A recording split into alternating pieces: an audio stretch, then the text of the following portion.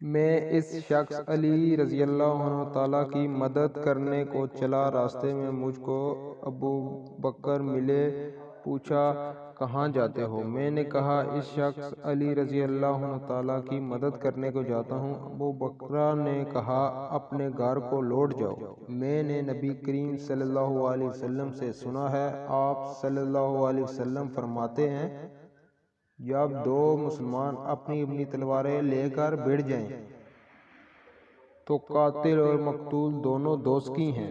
میں نے عرض کی یا رسول اللہ، قاتل تو خیر ضرور دوست کی ہونا چاہیے، مقتول کیوں؟ فرمایا وہ بھی اپنے ساتھی کو مار ڈالنے کی حرض رکھتا تھا، موقع پاتا تو وہ اسے ضرور قتل کر دیتا، دل کے عزم صمیم میں پر وہ دوست کی ہوا۔ صحیح بخاری حدیث نمبر 30۔